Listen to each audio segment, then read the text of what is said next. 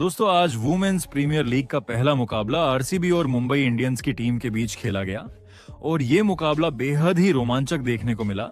तो ऐसे में आज हम आपको इस वीडियो में बताएंगे आरसीबी और मुंबई इंडियंस के इस मुकाबले का पूरा रोमांचक हाइलाइट्स। तो ऐसे में आप इस वीडियो को अंत तक जरूर देखिएगा और आपको भी ये मैच पसंद आया तो आप इस वीडियो को एक लाइक जरूर कर लीजिएगा। इस वीडियो का लाइक टारगेट 1000 लाइक्स का है। दोस्तों आज से वुमेन्स प्रीमियर लीग के चौथे सीजन का शानदार आगाज हो चुका है और पहले ही मुकाबले ने दर्शकों को रोमांच से भर दिया। आरसीबी और मुंबई का यह मुकाबला खेला गया doctor D Y Patil stadium Navi Mumbai में, जहां दोनों टीमों के बीच जबरदस्त टक्कर देखने को मिली। जैसे ही टॉस का सिक्का उछला, रॉयल चैलेंजर्स बैंगलोर की कप्तान स्मृति मंधाना ने टॉस जीत लिया और बिना किसी हिचकिचाहट के पहले गेंदबाजी करने का फैसला किया। उनका यह फैसला शुरुआत में ही सही साबित होता नजर आया, क्योंकि आरसीबी की गेंदबाजों ने नई गेंद से शानदार अनुशासन और धार दिखाया। टॉस के बाद मुंबई की टीम बल्लेबाजी करने मैदान पर उतरी। ओपनिंग के लिए अमेलिया कर और कमालिनी ने पारी की शुरुआत की। पहली गेंद से ही यह साफ दिखने लगा कि आरसीबी की टीम पूरी तैयारी के साथ मैदान में उतरी है। पहला ओवर डालने आई लोरेन बेल, जिन्होंने शुरुआत से ही अमेलिया कर को अपनी लाइन और लेंथ से परेशान करना शुरू कर दिया। एक के बाद एक गेंदें अमेलिया के बल्ले को चकमा देती रहीं और पूरा ओवर मेडन निकल गया। इस ओवर ने न सिर्फ मुंबई के बल्लेबाजों पर दबाव बनाया, बल्कि आरसीबी को भी आत्मविश्वास से भर दिया। दूसरे ओवर में गेंद लिंडसे स्मिथ के हाथ में आई और यहीं से कमालिनी ने थोड़ा आक्रामक रुख अपनाया। उन्होंने मौके का फायदा उठाते हुए स्मिथ के खिलाफ दो शानदार चौके जड़ दिए। इन शॉट्स से मुंबई की पारी में थोड़ी जान आई और दर्शकों को भी पहली बार तालियां बजाने का मौका मिला। ऐसा लगने लगा कि अब बल्लेबाज लय पकड़ने की कोशिश कर रहे हैं। लेकिन तीसरे ओवर में एक बार फिर लोरेन बेल ने कमाल दिखाया। उन्होंने अपनी सटीक गेंदबाजी से मुंबई के बल्लेबाजों को खुलकर खेलने का कोई मौका नहीं दिया। इस ओवर में सिर्फ एक रन आया और दबाव एक बार फिर मुंबई की टीम पर बढ़ गया। बेल की गेंदों में स्विंग और उछाल साफ नजर आ रहा था, जिससे बल्लेबाज असहज दिखे। इसके बाद चौथे ओवर में गेंदबाजी के लिए आईं अरुंधति रेड्डी। उन्होंने भी अपनी जिम्मेदारी को बखूबी निभाया और बल्लेबाजों को बांध कर रखा। इस ओवर में सिर्फ 4 रन बने। आरसीबी की गेंदबाजी में अनुशासन और योजना साफ झलक रही थी। मुंबई के बल्लेबाज बड़े शॉट खेलने की कोशिश में थे, लेकिन सही गेंद का इंतजार करते करते रन रेट धीमा होता जा रहा था। और फिर आया पारी का 5वां ओवर, जिसने मुकाबले का रुख थोड़ा बदल दिया। आखिरकार आरसीबी को पहला विकेट मिल ही गया। लोरेन बेल के खिलाफ बड़ा शॉट खेलने की कोशिश में अमेलिया कर गेंद को सही से टाइम नहीं कर पाई और अरुंधति रेड्डी को कैच थमा बैठी। इस विकेट के साथ ही मुंबई को पहला झटका लगा। अमेलिया कर ने अपनी पारी में 15 गेंदों पर सिर्फ 4 रन बनाए और पवेलियन लौट गईं। मुंबई का स्कोर उस समय 21 रन था और एक विकेट गिर चुका था। अमेलिया के आउट होने के बाद बल्लेबाजी करने आई अनुभवी allrounder net sewer Brunt.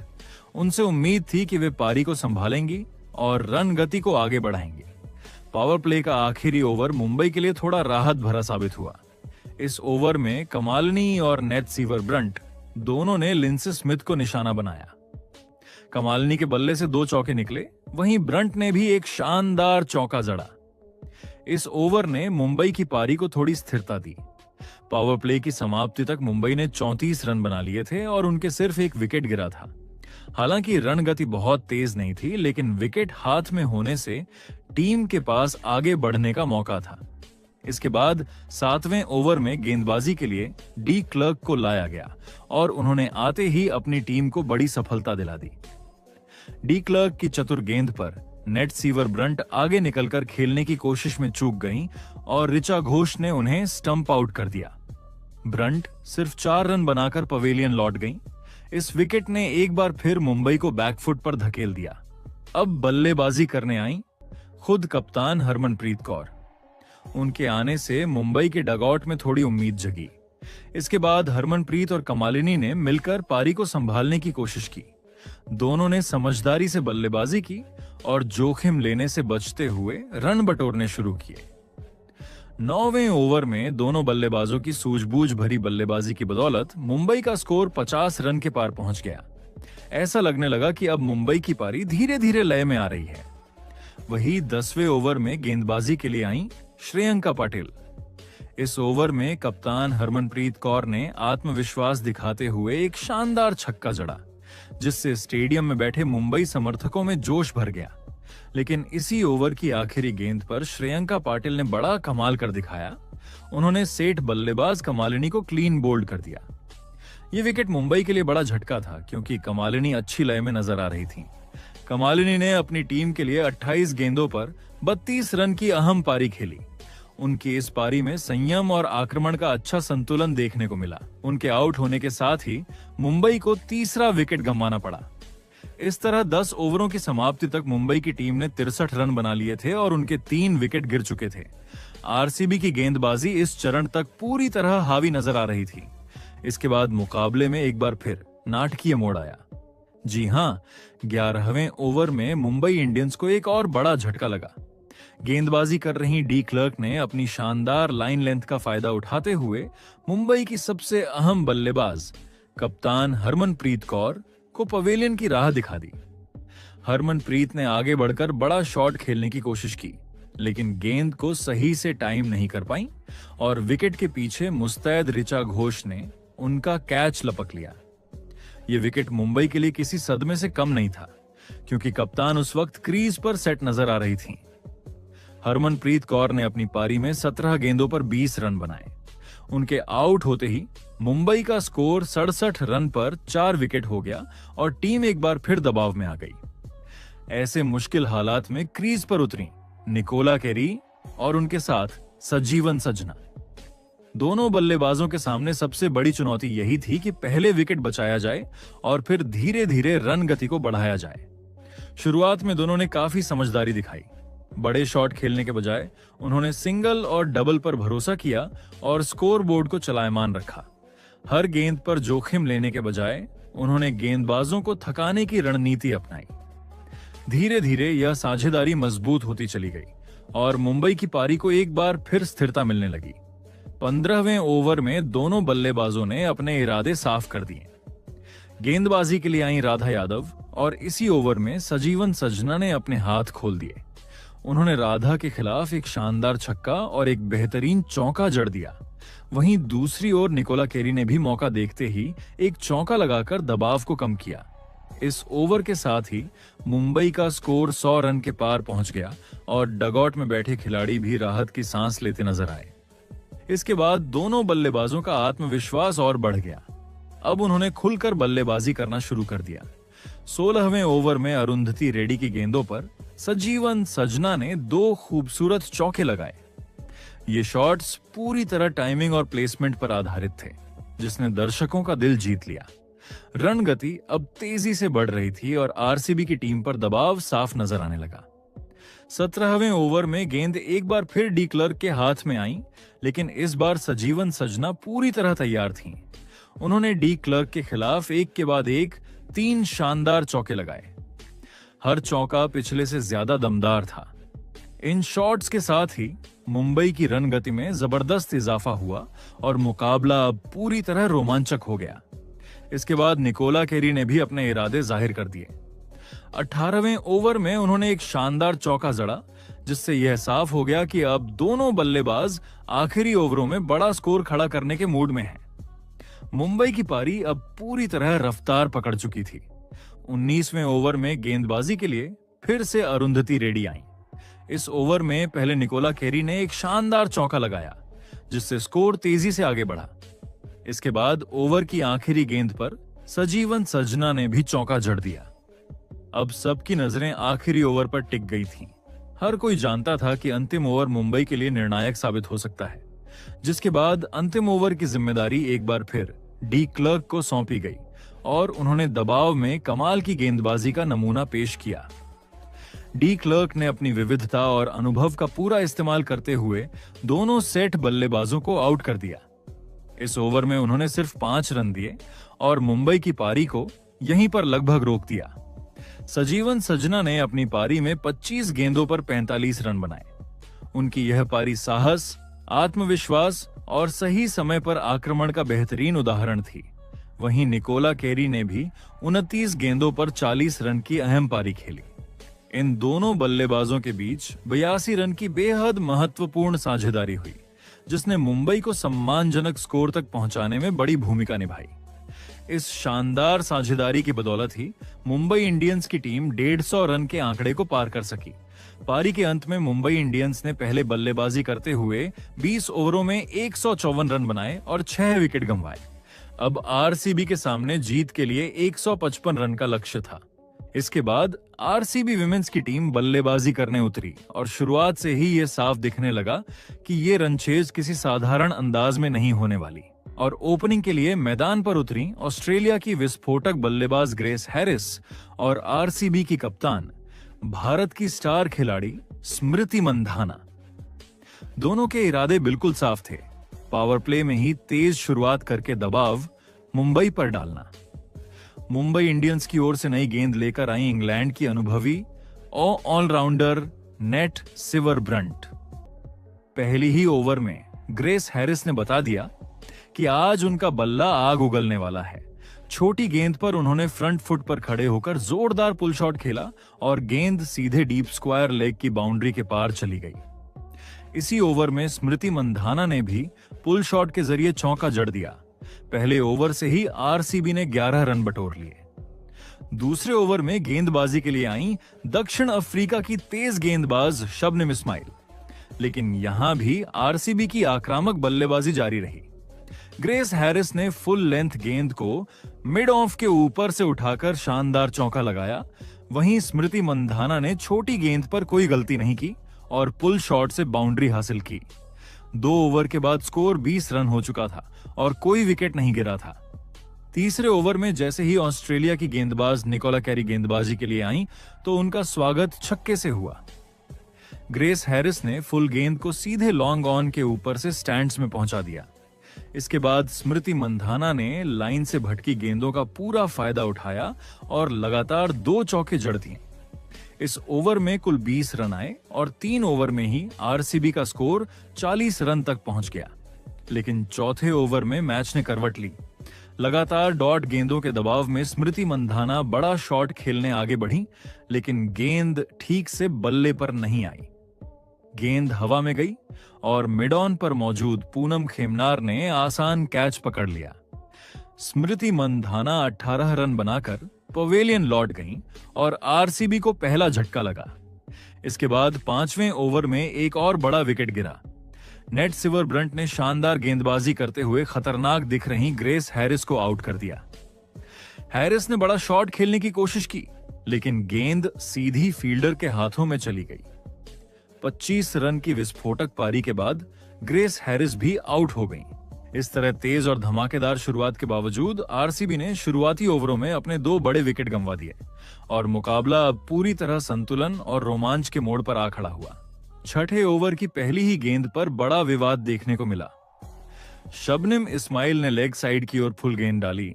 Hemlata ने फ्रंट फुट आगे बढ़ाया, लेकिन बल्ला खाली रह गया। विकेट कीपर कमालिनी भी गेंद को ठीक से रोक नहीं पाई और गेंद सीधी बाउंड्री तक चली गई।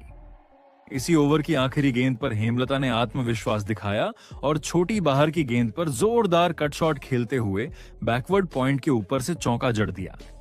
इस तरह पावर प्ले समाप्त हुआ और 6 ओवर के बाद आरसीबी का स्कोर था 57 रन पर 2 विकेट। हेमलता 7 रन पर और ऋचा घोष 1 रन बनाकर क्रीज पर थीं। इसके बाद आया 7वां ओवर और गेंद थामी अमनजोत कौर ने। ओवर की पहली ही गेंद पर ऋचा घोष ने शानदार कवर ड्राइव खेलते हुए चौका जड़ दिया।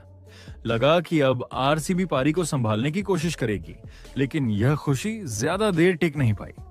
उसी ओवर की चौथी गेंद पर अमनजोत कौर ने सीधी और सटीक गेंद डाली। हेमलता फ्रंट फुट आगे निकालकर पूरी तरह चूक गईं। गेंद पैड पर लगी और अंपायर भवेश पटेल ने तुरंत उंगली उठा दी। हेमलता बिना किसी रिव्यू के पवेलियन लौट गईं। आरसीबी का स्कोर हो गया 63 रन पर 3 विकेट। अब मैदान में उतरी मुंबई की सबसे खतरनाक लेग स्पिनर अमेलिया केयर। पहली ही गेंद पर उन्होंने कमाल कर दिखाया। शानदार गूगली पर राधा यादव पूरी तरह धोखा खा गईं और गेंद सीधी मिडिल स्टंप्स में जा लगी। आरसीबी अब 40 रन बिना विकेट से फिसलकर 63 रन पर 4 विकेट पर आ चुकी थी।